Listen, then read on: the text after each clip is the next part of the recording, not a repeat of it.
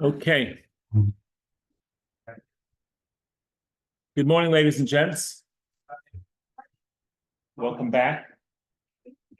And welcome to some new people. So we missed last week. Thank God I was in Israel at my grandson's bar mitzvah. You were in Israel? I was in Israel. No. Unbelievable. Yes. How was the flight? The flight long. But other than that, it was fine. Thank you. I don't. I made a mistake. I forgot to make enough copies. Made enough copies. Okay. In any event, so I'd like to the Parshas Ki last week's portion has a lot of important halachas. I'm not going to go through all of it because we have to do Savo as well, but I'd like to go through at least some of the many important topics that are there in Parshas Ki last week's portion. It had only 110 verses, but it has 74 commandments. That's a lot of commandments. That's more than 10% of the 613 commandments. All right. So we'll go through some of them.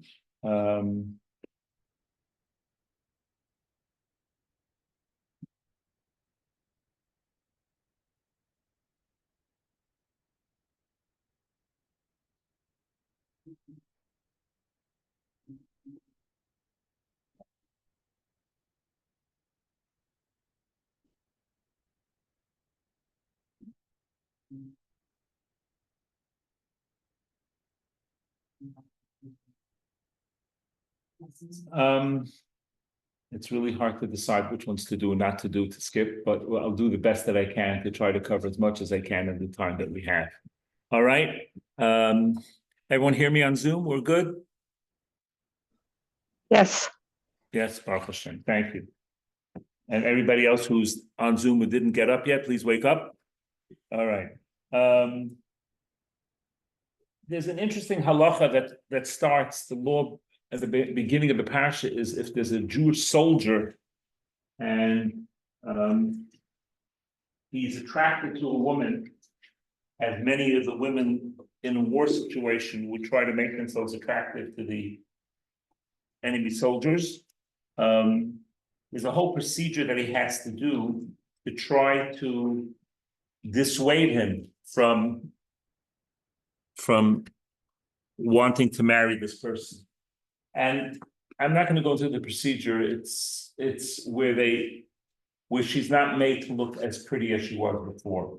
The lesson for us, and this is again not in today's times, but the lesson for us is important because there's a saying from our sages that says, all love that's tied to something won't last. Meaning to say, if a person marries for money or for beauty, the problem with those things are, anyone can finish the sentence? It's superficial, A, and B, if the person loses the thing that you're attracted to, then that's a problem. So again, it's a longer discussion. Attraction has a place, it's important.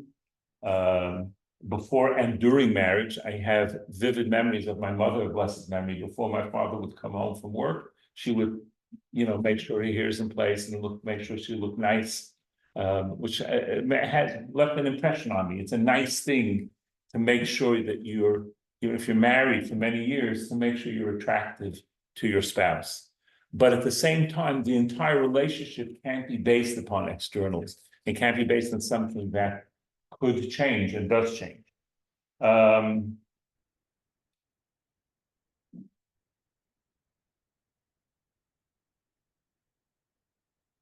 Another law is that there is a concept of capital punishment in Judaism. It has very strict guidelines about when it can be done and when it can't be done. But the halacha is, the law is that a person who is hung cannot be left overnight. Because a person is created in the image of God. And even though this person clearly did some very things wrong and was warned not to do it and was witnessed by it, again, it has to follow certain procedures of Jewish law before the person can be held accountable. We want to give them a proper Jewish burial, which is, again, an exceptionally very relevant topic because cremation is unfortunately a very, very popular option for many people and is totally against Jewish law. So I do recommend, again, this is longer discussions, but I'm happy to help in any which I can. Have discussions with your family about not doing cremation, because again, that's really a very bad idea. There's a book about it. I had actually a story a few years ago where a woman called me out of the blue. I don't know how she got my number, and she asked me, "I'm dying of cancer, and don't want to be a burden to my family. I want to cremate." And I said, "Can't do it." I talked about it. I sent her the book, and I didn't hear from her. And then a few months later, I got a call from the daughter. My mother bought a plot and wanted to officiate at her funeral, and it was a very, very touching thing that she, in fact, has a burial plot in a Jewish cemetery. Very, very, very.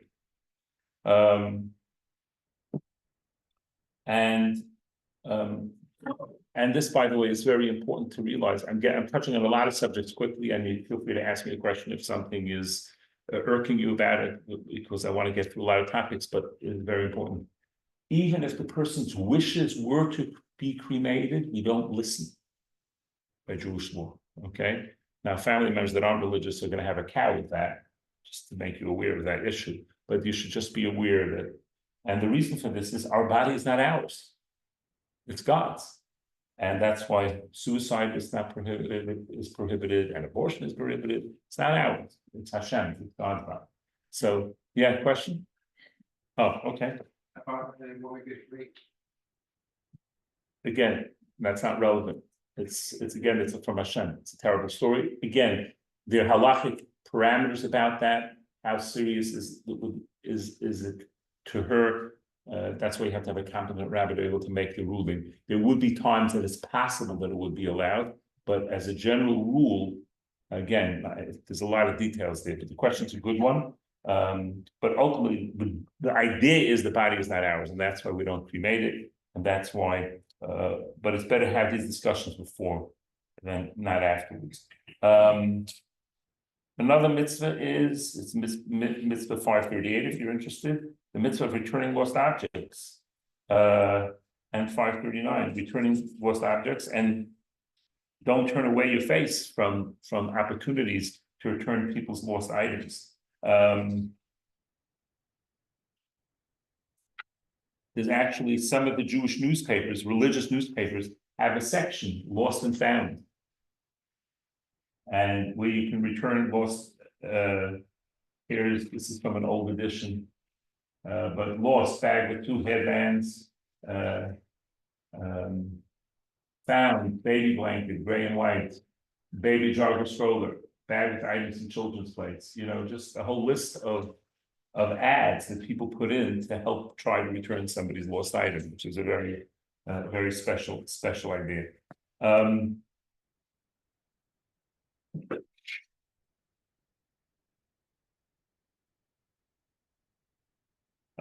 Sweet story that I will share with you.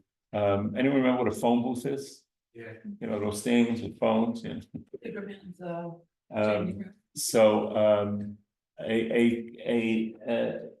Jewish man and his wife came to a phone booth in Manhattan, and they found a daytime event. You know what that is? Dating things. It's a book that has you write down appointments and things like that. Oh, still have one. Thank you. All right. It didn't have the person's name in it, but it had the name. It said mom and a phone number. So they called mom in Florida, and they said, "We are religious people here, and we found your daughter's daytime in a phone booth in Manhattan. We'd like to return it to her." And the mother was like, "You don't know my daughter?" "No, we don't have a name there. but here's our number, let her give us a call, and she can pick it up from our home. And the mother was like blown away, and the woman called them and said, I'd like to come by. I want to give you a gift. He said, no, please, no gifts. It's our pleasure. It's a mitzvah, that help. It's a fulfilling the commandment, no gifts. And she comes with a beautiful bouquet of flowers. And they said, we told you we don't want a gift. He says, I didn't give you a gift because you returned my daytimer. I gave you a gift because you returned my mom to me. He says, what do you mean? He says, I became religious. I wasn't raised religious. And my mom was very, very against this whole idea.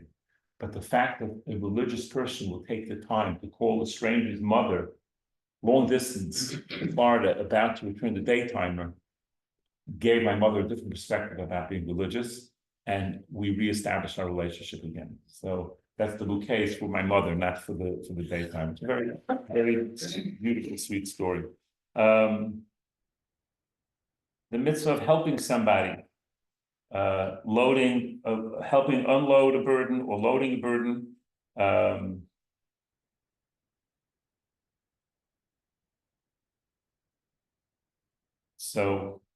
Interestingly enough, this gets into a very interesting halachic issue. You're supposed to help a person unload the animal if they're trying to take the stuff off, it's too much of a load for the animal, and load them up when they're going somewhere. So which one is the priority? Let's say you're walking down the street and someone is unloading an animal and someone's loading an animal. Who do you do? You can only do one. Which one should you help? Uploading. Why? It's heavier. It's harder. It's harder to do. Okay, that's a good answer. Anyone else have a different one? I mean, unloading, so the animal, it's easier for the animals. Right. So that's the correct halakhic answer. The halakhic answer is you unload first because you're trying to avoid the pain for the animal. Okay? What kind of way? Should I give you something to hold for a little bit and see how comfortable it is? If it's a heavy load and you're trying. Okay. Okay. There is one exception to this rule. What if the person who you unloading is your friend and the person who's loading is your enemy? We're talking about Jew to Jew. So then, yeah. You do the one that you your enemy. You do your enemy first, because this way you develop hopefully some feelings and help make some peace. So that's just a very interesting rule from that way. All right.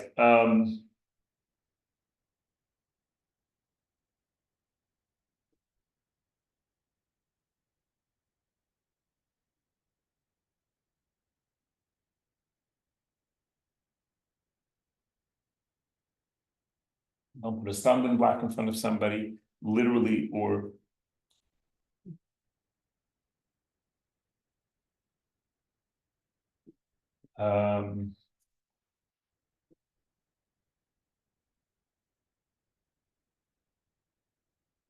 the concept of marrying a Jewish person, of getting married,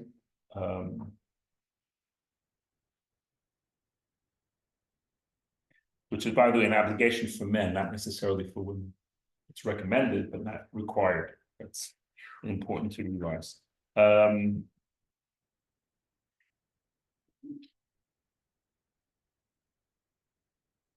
There's a beautiful idea called a non-interest loan. You're not allowed, a Jew is not allowed to lend to another Jew charging interest.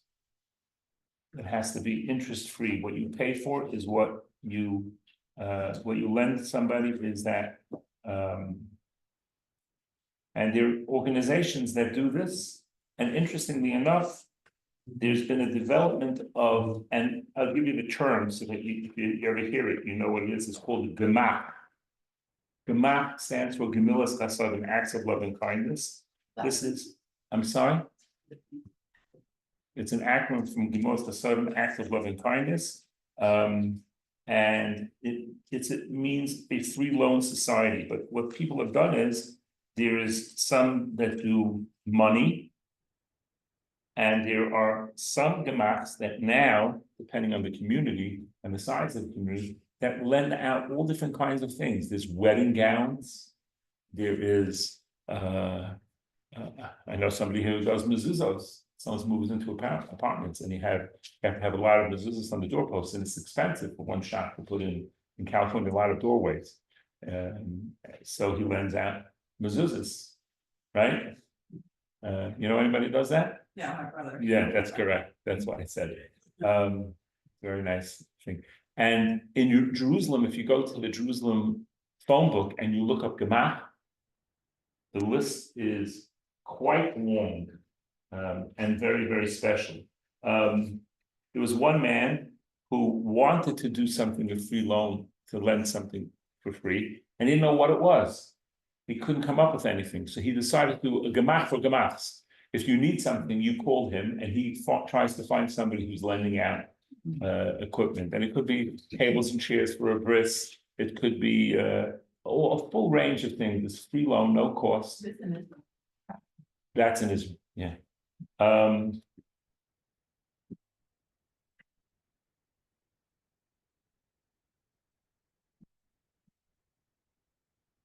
Not sure if it's a Gemach, but they have something in Europe called Uber. So people who have like a kosher phone and they can't, schedule an Uber. They call Right. it Uber. I don't know if it's a Gemach. It's not a Gemach, they're making a little money on it, but it's a nice service, yeah. Here's a cute story related to helping and unburdening somebody. There was this guy who was stuck on the side of the road, and this Jewish guy pulls up. It was on the road going up to the Catskill Mountains, which is where a lot of Jews go for the summer. And the guy is helping him, and he says, are you Jewish? He says, actually, I'm not. But I see you have a yarmulke on your head. He says, no, I keep it in my trunk because I know when Jews get stuck, other Jews come and help them. So I got stuck, so I put on the yarmulke, and this I knew the Jews would come and stop me to help me. So that was his part of his emergency kit, to have a yarmulke on.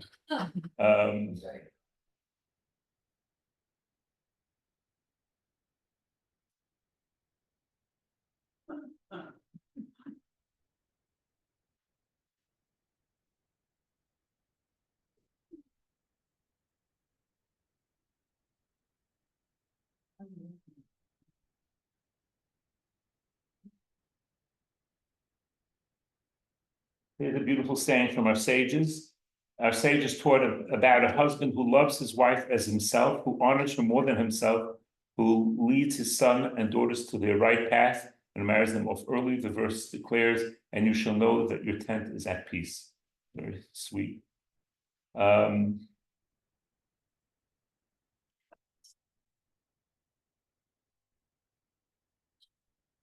The importance of keeping vows. A hired worker can eat the food while he's working there. He can't take it home, but he's not charged for the food while he's working with the food. Divorce is a law as well, but you have to make sure it's a kosher divorce. What that means is that it's done properly. And this way a person is free to marry somebody else. Person should be paid on time. This one is a very heavy topic for me. To save a person pursued by a killer. Why is that a heavy topic for me? Because during the Holocaust, there was a lot of work that was trying to be done by the Orthodox community in the United States that didn't have the resources to do. And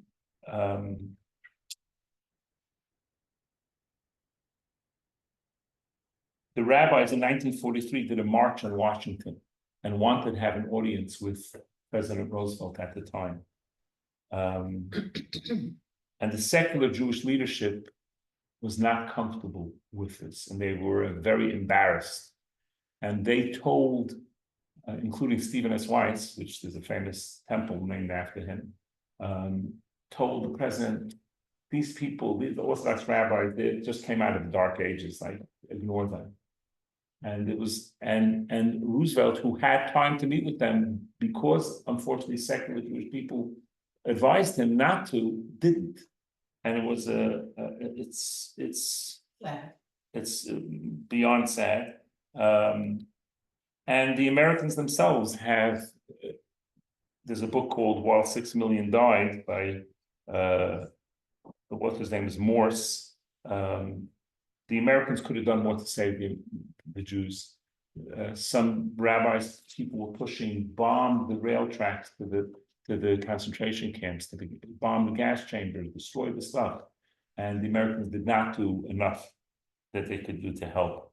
Whole article about this.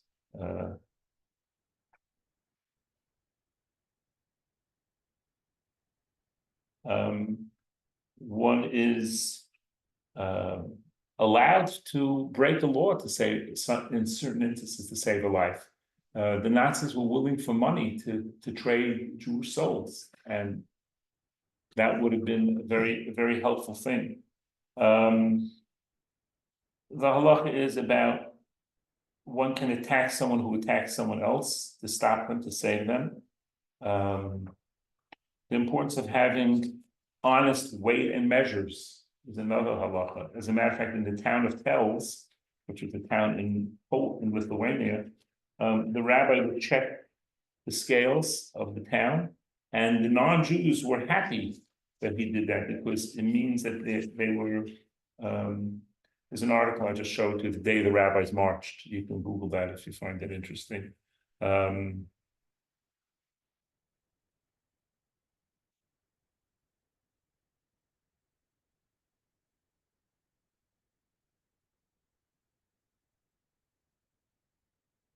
And there's some books in the library, by the way. For those who don't know, we have a wonderful library upstairs that's open now. To Save a Soul is some books about people who went out of their way to save Jewish people. There was a woman named Mrs. Sternbuch who lived in Switzerland, and the Swiss were supposedly neutral, but they really weren't. Because if a Jew would escape to Switzerland, Swiss would give them back to the Germans.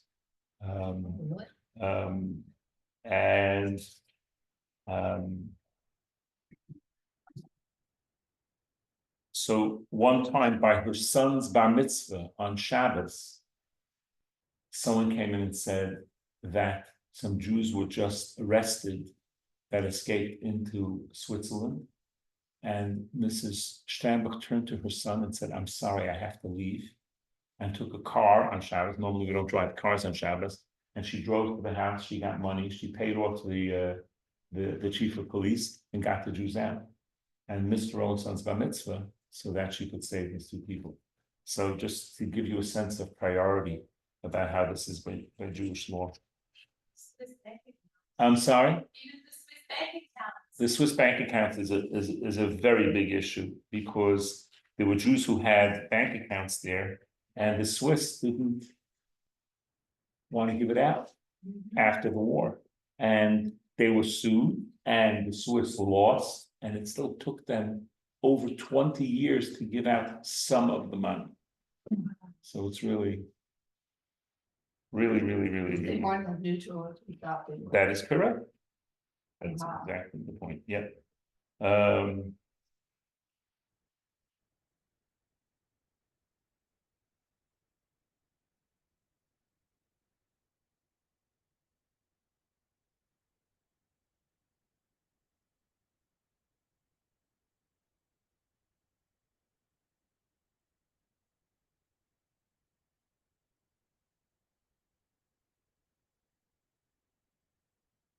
Okay, so let's do, again, we touched on some important topics in Kiseitse, and now we get into this week's Parsha Savo.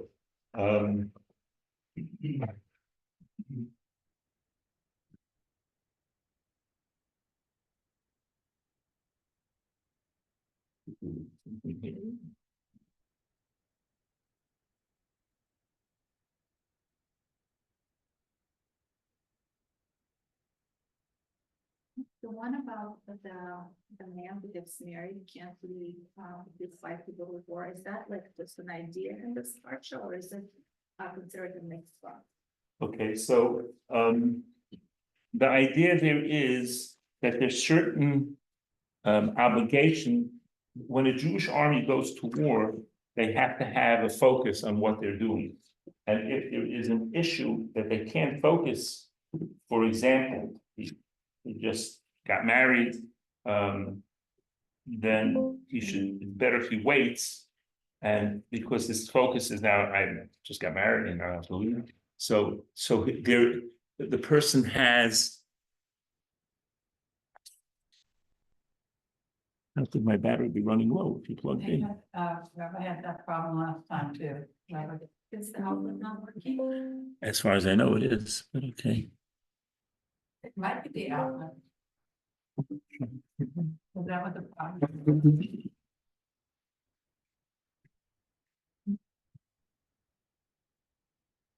That works.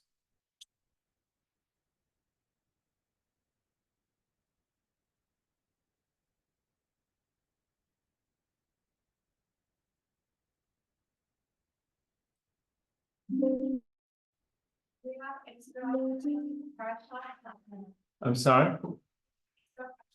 I'm missing, I'm sorry, I'm missing it. I don't know why it's not working, but okay. I hear you. Thank you.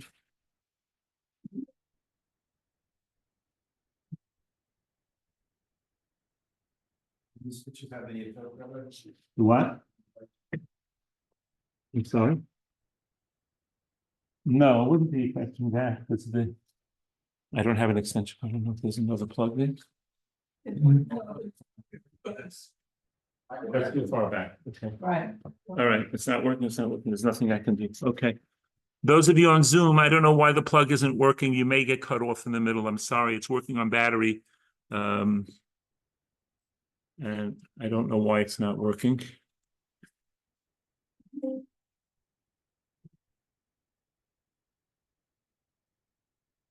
Yes, yes. Please take a look. Maybe he'll be afraid of you.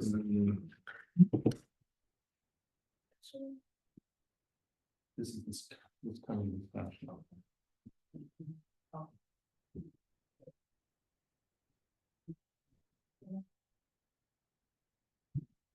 I tried moving it back to the bottom. Thank you. Oh, you made it. I didn't, it wasn't like that. I believe you. The goal. I don't know how to be sick. You don't have it. Thank you. No. But I just checked why you didn't get it, because we could send it on there. Yes. Doesn't see it. It's 12. Yes, I don't know exactly how to look at it, I wondered winner. None of these, Huh? none of these are connected to this. No. It's in the. Oh, That's very strange. I want market for action. Pardon? Sorry, I can't help it. Yeah, I don't know. I don't know what it is. My apologies. I don't know what it is. It's the plug worked the other week, so I don't know why it's not working now. I have to check the fuse upstairs. Okay. All right.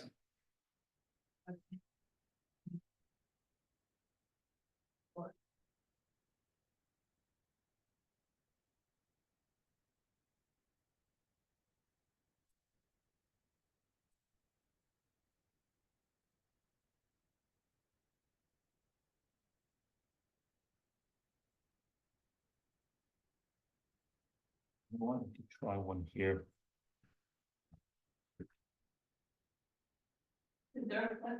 There is a plug down there. I'm not sure if it's going to work. But I know, but there's a plug. I'm going to try it. Excuse me. Go ahead.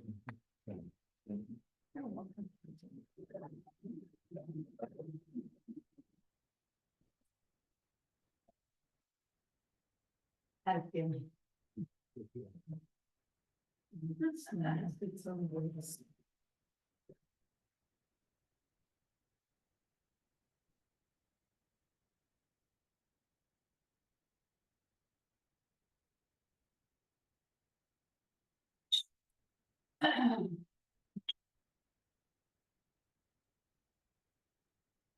It's a little bit of a pain.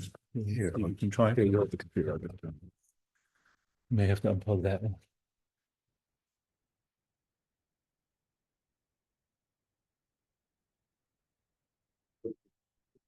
That's for the lights, for the how much?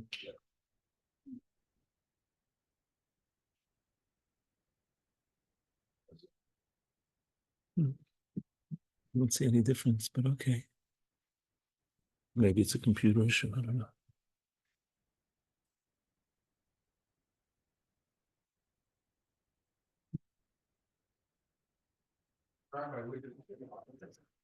It's upstairs, I'm not gonna bother. It'll be what it'll be. Thanks for trying.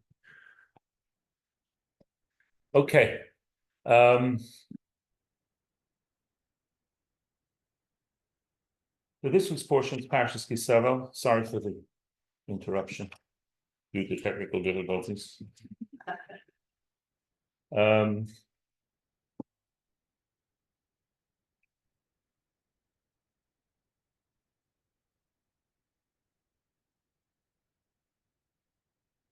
so as you see from the handouts, the hand that I gave you, is, I think I may need back from you because I think it's my only. You can use it now, but you have the last few mitzvahs in the Torah, all the way till 6:11. We're almost finished 6:13. Okay. What's interesting is there's a verse in the Torah that says Torah tziva lanu Moshe marasha kilas Yaakov. The Torah was commanded to us by Moshe. It's inheritance of Jacob.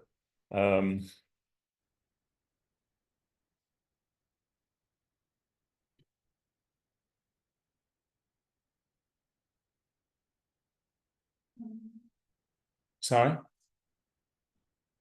Savo, yes.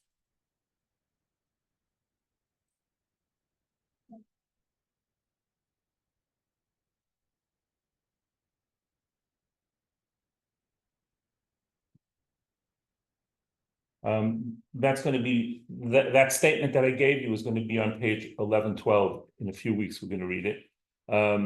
So what's interesting is